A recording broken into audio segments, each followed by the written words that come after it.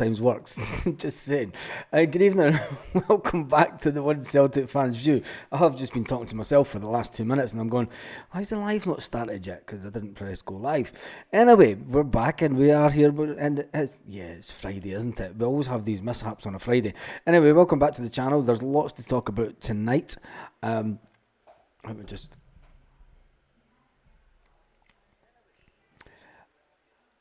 There we go, just make sure that's okay. And I'm not expecting too many people on, but people can watch this video back. Yo Kaiser, yo Michael Ross, and Jim McClart, evening to you. And Sean, hi. I'm going to jump into this transfer story first of all. This transfer headline news. Tam Max in the house. Because before I want to listen to then the Kasper Schmeichel interview, and I want to listen to Brendan Rodgers, because I think you can understand more when you listen to Brendan Rodgers live. But anyway, there was a nonsense headline out there today. Exclusive. It's always an exclusive, and it's bullshit. Celtic's transfers. Updates on January shining spree. Celtic are unlikely to spend heavily in the January transfer window, sources have told. And I'm not saying the name of the website, because it's a nonsense website. But anybody with half a brain would say that Celtic are going to spend big in the January transfer window. We don't have to. What positions are we going to go out and spend money in? We don't have to go out and spend. We spent the money that we needed to in the summer. How can you improve? I mean, you can obviously improve this team, and we do need to look at the left-back situation. But anyone with half a brain knows that Celtic aren't going to go out and spend massive amounts of cash. He goes on to say, he'd be very surprised if the Scottish Giants splashed the cash during the upcoming transfer window. We'll spend the money if we sell any important players. We're not going to sell any important players. We don't really need to bring anyone in as yet. The left back position is the only position that needs. So, I mean, anybody in half a brain could say that Celtic are going to splash the cash and then try and claim it as an exclusive. The situation has become, this is where it gets nonsensical, right? It's just pure, utter garbage that these people put out, and they get paid for it. These are paid journalists. I'm not a paid journalist. I'm a YouTuber, right? But you get these paid journalists putting out this nonsense content about Celtic. The situation has become a frustration for fans in the past, but bringing in any money from competition success has been a huge lift and allows the club to try and keep hold of their best players. Celtic would gain a financial boost if they qualify for the later stage. We're gaining 50 million for being in the Champions, well, 30 or 40 million anyway, if they qualify for the later stages of the Champions League and reach the playoff. That's after the transfer window shuts that would happen, because the games are at the middle and towards the end of January. Celtic are going to go out and spend money just because we get to the last 16. Anyway, it goes on to say that if they reach the league Champions League playoffs, currently 15 is in the table, a well-placed source have told website that Brendan Rodgers would love to strengthen the squad, but it remains to be seen if he will gain the finances to do that. Celtic are sitting with £70 million in the bank, you bunch of lunatics. Was the board going to keep £70 million? What absolutely? They're insinuating that we're tight for cash. We're not. And then it then goes on to say Celtic is certainly sit top of the Scottish Premiership and performing well in the Champions League, and also read the Scottish Cup final. The board are not looking to splash the cash in January because they don't see a real need to do so in the current climate. If we sell, this is where it's a nonsense article. If we sell Greg Taylor, as I expect, we need someone in the left back position. We've only got Alex Bailly in left back position. We need someone in. If we don't, there's not anybody that we can see that's sitting in the academy that can step right up to play at the highest level in the Champions League anyway. And so it means that we'll definitely bring someone in. It's an absolute... I'm not even going to read the rest of the article because I just think that, sometimes out there, the media just cannot wait to have a go at Celtic. They cannot wait to have a go at Celtic one little bit. And do you know what? I think that Celtic will go out and spend some money. We don't need a big turnaround in players. We don't need 2 or 3 or 4 players in January, we all know that there's going to be maybe 1 player coming in maximum. Do you know? And that's going to be the left back position. Maybe a striker. But then again, Johnny Kenny's coming back. He might be given the nod as the third choice striker. We all know that we're not going to spend big money. We don't need to spend big money. This is the thing. So putting it out as an exclusive and you've got inside information is just pure BS, if you ask me.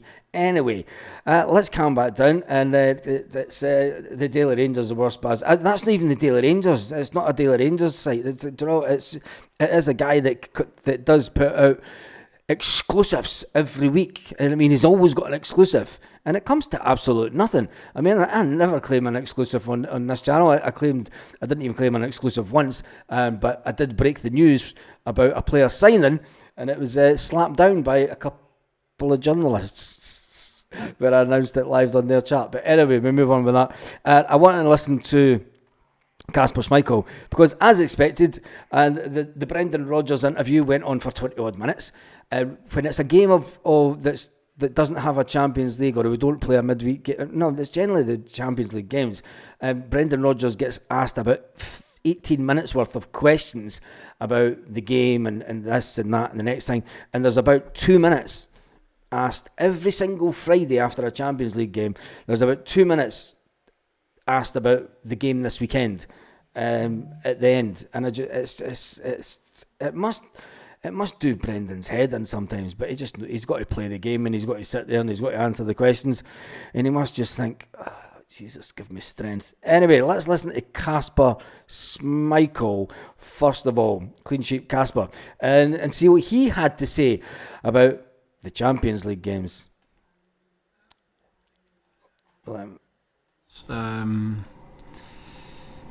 Very complete in many ways. Started the game really well, went behind, and then we needed to show, the character and the belief, the determination, the composure to get back into the game. Worked our way back in, and I thought it was a performance that had everything. Said afterwards he felt the squad were playing as if they had a point to prove in the competition. Do you feel that point was proved after Dortmund, a bit of criticism and whatnot, but feel as if you've kind of blown that out of the water with that result and performance, I suppose? I don't know. To be honest, I don't really view it like that.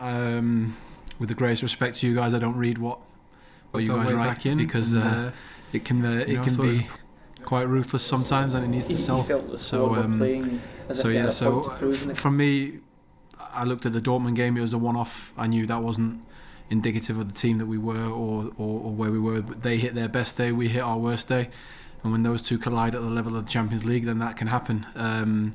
But we showed in Atalanta, and we showed against Leipzig exactly the type of team that we are. We showed it in pre-season when we played both Man City and Chelsea. That we do have the ability, when we move the ball fast, to go and cause a lot of trouble for every team, and we certainly did that against Leipzig. In terms of the outlook of the competition now, fans quite rightly are dreaming of even automatic 1 to 8 rather than just the playoff spots or whatnot. For you guys, how do you view the outlook after the first half of this competition? Next game, no more than that. I think that's probably the biggest mistake we can make is to get carried away. Exactly, and that's kind of how the questioning kept on going for Kasper Schmeichel, but we'll jump back in and see if it got any better for him. That's going to pose a lot of challenges in their own right. You mentioned their result against Rangers, so we're not taking anything for granted. I think that's a big strength in this squad, is that we don't get carried away with ourselves. We don't take things for granted. We have to work hard. We know that going into any single game in any competition, you have to outwork the opposition. If you don't, then you're going to have a difficult evening. Kasper, you talk about not getting carried away, staying humble. But is there more to come from this side? It's still fairly early in the season, and you've delivered. And of course there is. There's trophies to be won. There's a long way, and it's just like, is there a lot to come for this squad? But anyway, Give you goals. But you're happy with where you are at the moment then as a team? Yeah, I think we're in a good place. Squad's good. Playing well, playing good football. Just got to keep going. Exactly, we've just got to keep going. Anyway, that was the line. That was the way that the question went for Kasper Schmeichel. They must sit and think, oh, Jesus, what crap are they going to ask us today? Just do it. There's no kind of strategy to it.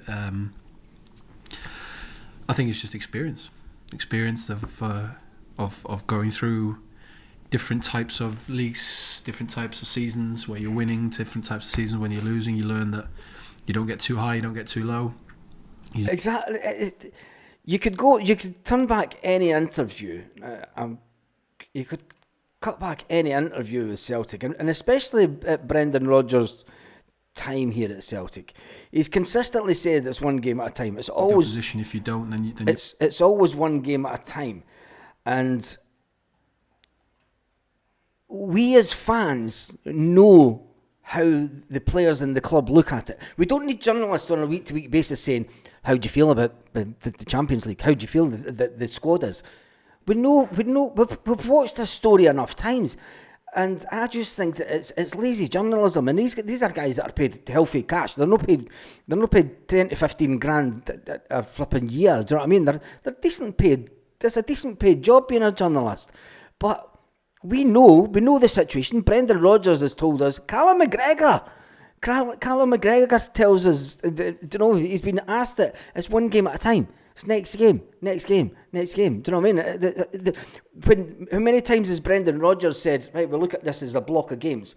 They go from international break to international break. They go from month to month, and they say, right, they'll have objectives that they want to do. We know this as fans. I just think that the questioning it's monotonous, and every Friday it's just like, come on, just ask something. And I'm going to say it again. Get the big man in that asked the question, Charlie Mulgrew, who just came straight out with it. Why did you drop Greg Taylor? I like him as a player. Why did you drop Greg Taylor? Brilliant question, straight to the point, and asked it. Just anyway, it is what it is. Right, we're going to listen to Brendan Rodgers now, just to see the type of questions that Brendan Rodgers was asked. Obviously, he's going to get asked about the situation with players and any updates with players. So let's hear what Brendan had to say about that. Little knocks and minor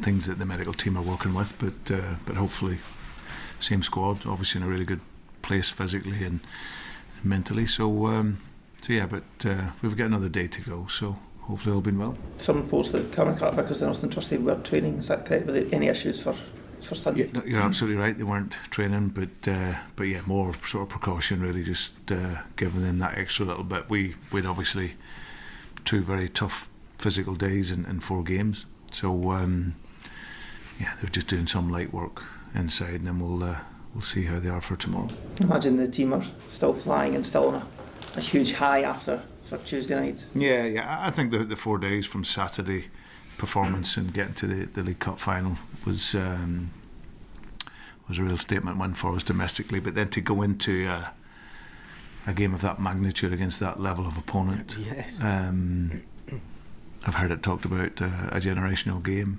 Yes. Which yes. I couldn't. Yes. Exactly. Argue with that. The performance level.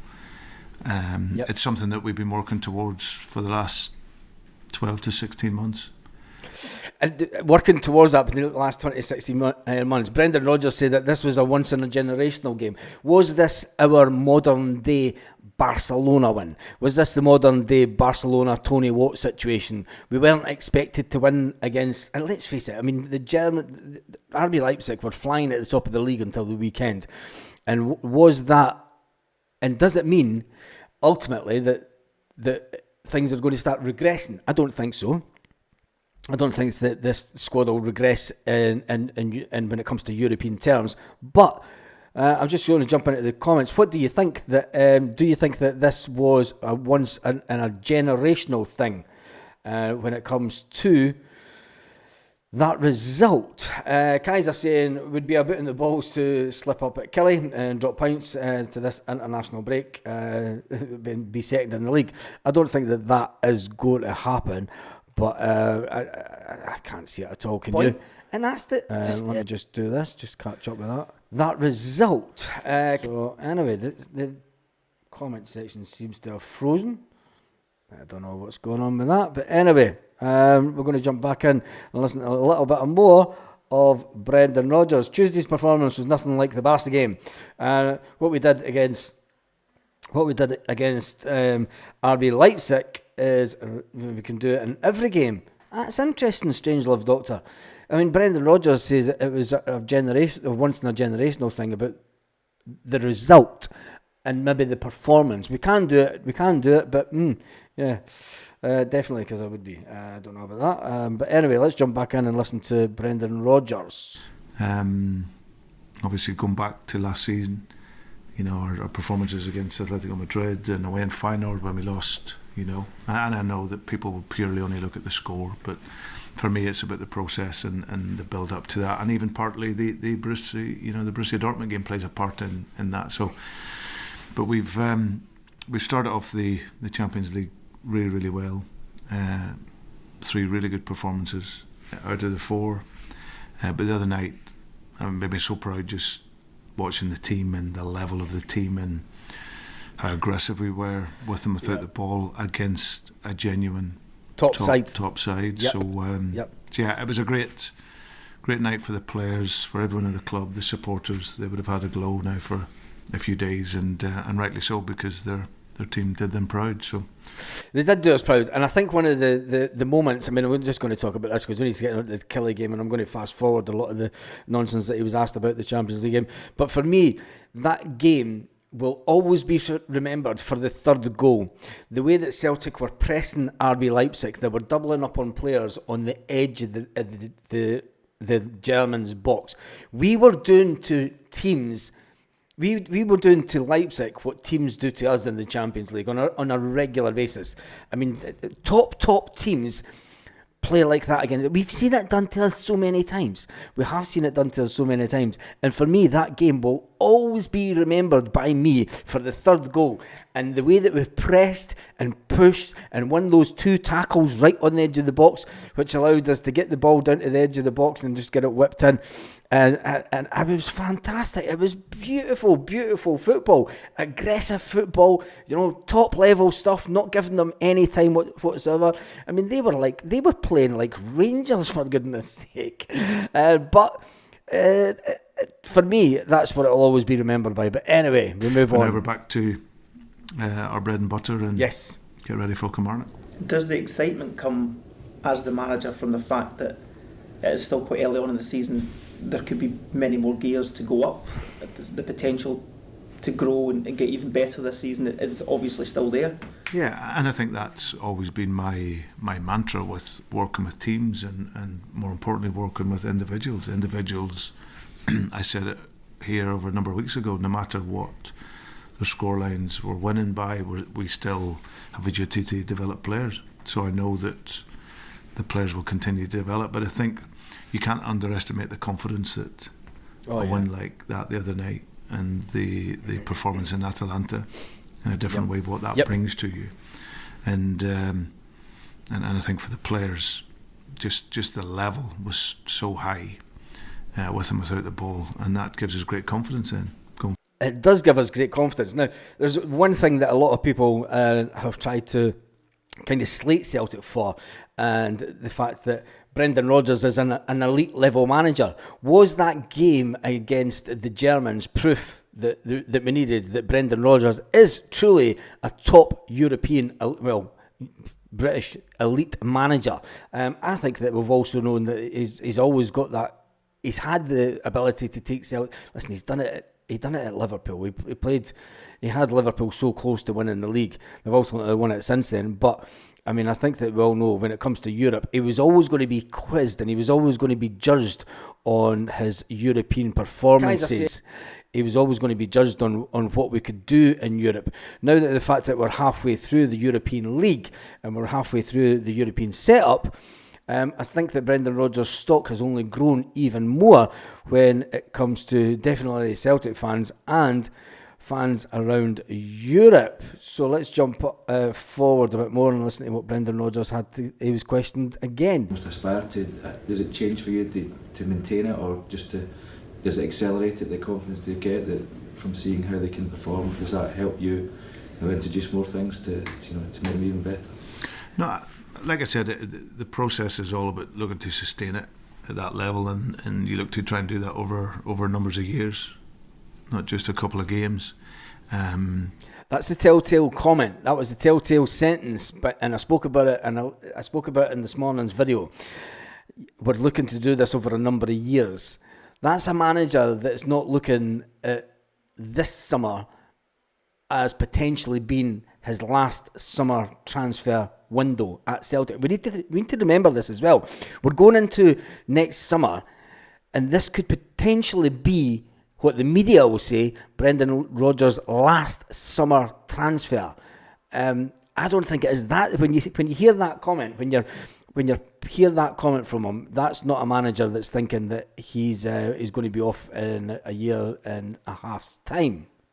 But it was a big step I felt we made in the last few games, and in particular the one at home, because as I said, the performance when I felt it in the game, but watching it back and seeing the intensity, the technical discipline in the team, and the work rate of the team, and the ambition in the team, but then the absolute quality of which the players, the technical level that they played, and how the speed and the pace in the game, and how creative we were. It was so good.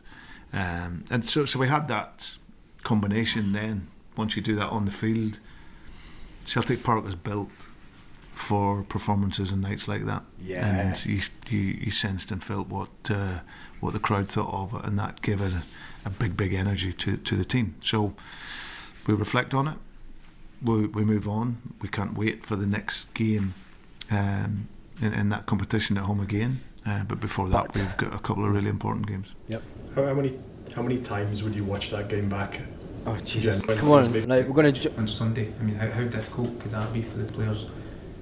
Well, that's always the test of you as when you work here at Celtic.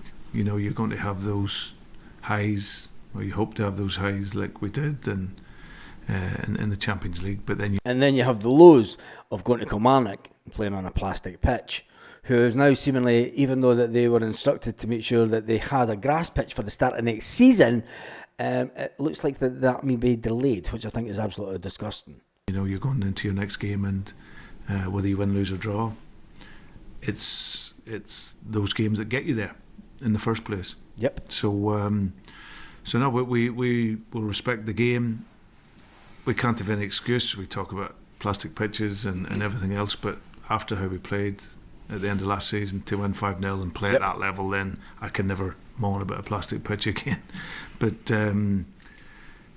our performance was so good. But no, it's just about. And just a reminder to anyone that doesn't remember, it was a game where Celtic only needed to draw to win the league. Yes, that was it. The night that we won the league again. We've won the league again. And just think, we're getting really, really close to 55, chaps. Focus and concentration. You know when you're here that you're going to be in various competitions. You know, we knew we had Hampden on the Saturday. A few days later, we've got a Champions League game, and then we know we've got Kilmarnock. So, but we'll be ready and look forward to it. Brendan, when you're watching the game back, the press for the second goal, that must have delighted you. Aye, it's one of my best goals since I've been here. Because everyone loves the nice part of the game, but when you can convince players to do the hard pressing, in a great mood after the game, of course, and competition or whatnot. Since that, do you feel as if you've made them eat their words a wee bit? And up north as well. Don't worry about that. There was plenty up here too. But do you feel that's came through in these next? So at this point, we're 13 and 14 minutes into it, and Brendan Rodgers has basically been asked, do you think that people have ate their words down south? And Brendan Rodgers said, not just down south, but up here as well. People said that I can't do it in Europe, and I just seen that Michael says that Brendan still needs to learn. Michael Ross says Rodgers is a good manager, but he still needs to learn in Europe. I think that he's done more than learn in Europe. I think that he's put out a couple of performances. And I know you're going to say, Michael, like 2 games. Celtic don't have several parts. 2 games isn't going to make a fantastic manager in Europe. But I did say, let's get to the end of the Champions League phase, and then we'll pass judgment on how good Brendan Rodgers has been this season. I think it's unfair to do so before then. and especially when we've still got 4 games to go and 4 really important games. And I think that we can win 3 of those games. And if we do win 3 of these games, it puts us in an absolutely amazing position in Europe. Anyway, let's see how long it takes something to get asked about a real football this weekend. Virtually every kind of performance so far in 4 games or 1. Yeah, and I think that's what's needed at this level. You have to be able to. You obviously have a game plan and an idea going into every game and how you want to work, and you want to be true to that. But you know you're going to have to suffer. Obviously, Bratislava was a great start for us in the competition. Really exciting. So at this point, we're 16 and a half minutes in, and we're still talking about the Champions League game. You wouldn't think that there was a game on this weekend. And I always say this: is this disrespectful to the Scottish game? Is it disrespectful to Kilmarnock? Is it disrespectful to any team that we play? That they do spend so much time not focusing on the game in hand. I mean, these reporters are given time after the European game to talk to the manager, to interview the manager and ask the manager the questions after the game on the evening. Well, now a good few days later, we're meant to be focusing on the game at the weekend, but once again we find ourselves 18 minutes into the press conference and very little being spoken about the game this weekend. The fact that 2 players never trained today because of precautionary measures. Schedule up until this point, obviously some of the players will go away and be involved internationally, so big challenges for them, all the travel that they have around the world, and bring them back and look to recover them. But yeah, certainly this one will come at a good time after the game, and then we get back and try and synchronise everything as quickly as we can, because we've got some big games, but so many exciting games ahead, but we're all looking forward to them when they arrive. Exactly, a League Cup final to say the least. Now let's jump forward to 19 and a half minutes and see if the questioning got any better. Different game, I felt, and what we wanted from the game, so I can bring then Greg in, and you've seen the level that he played at, how clean he was, how bright he was, how well he defended, how well he attacked. So he's clearly obviously someone I see as a big part of what we're looking to continue here, and I hope over the coming months that we can do that. Is your, not fear, but I think it'll be a couple of months before he can theoretically start speaking to other clubs. Is your hope to try and get that nailed down before that opportunity? Well, hopefully, yeah, because there does come a point where, you know, both sides, we have to understand what we're thinking, you know, in terms of, because if it's not going to happen, then okay, we know that we can then plan and prepare going forward. But I really hope it doesn't get to that, because I love working with Greg Taylor. He's played about 186 games here. I can't tell you how influential he is off the pitch, and how good he's been on the pitch for this club. The consistency and also how we play.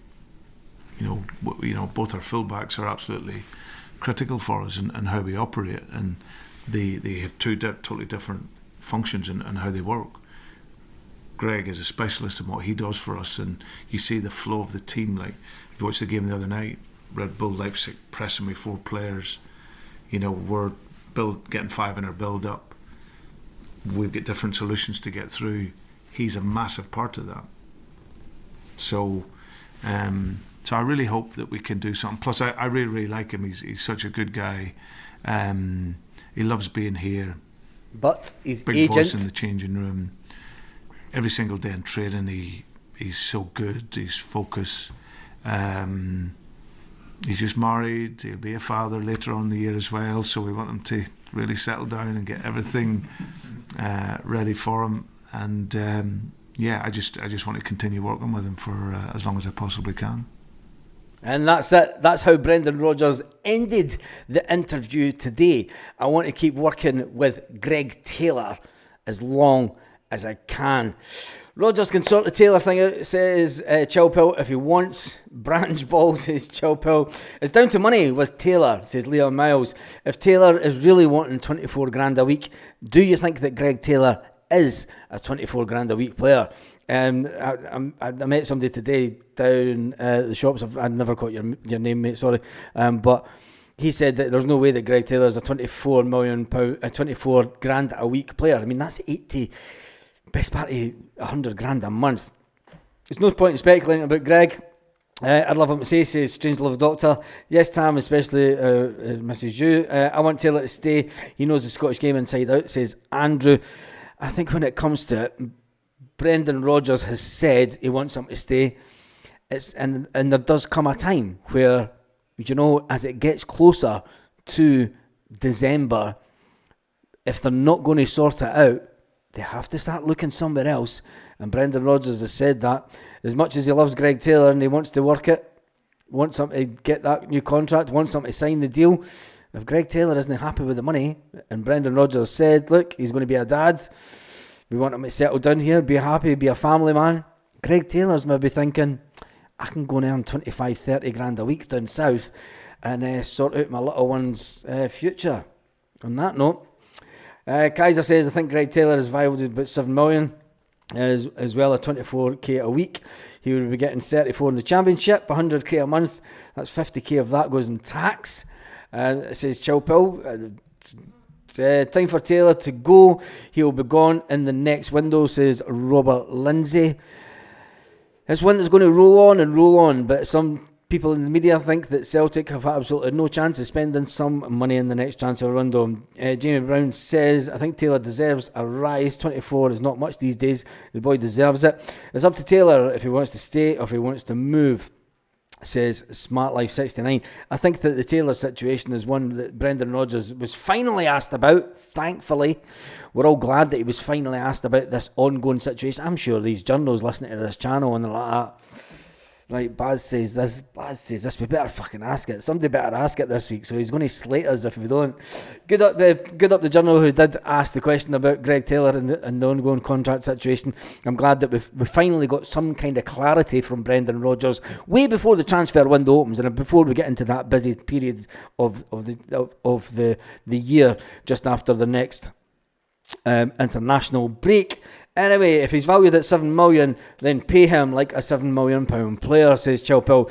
Mick, I bet you have met Martin many times, but yeah, Chilpill, I think it's true. If Celtic do value him at 7 million, they need to pay him the going rate. Anyway, that's been done and dusted for this evening. I hope you have a fantastic evening, Celtic fans all around the world.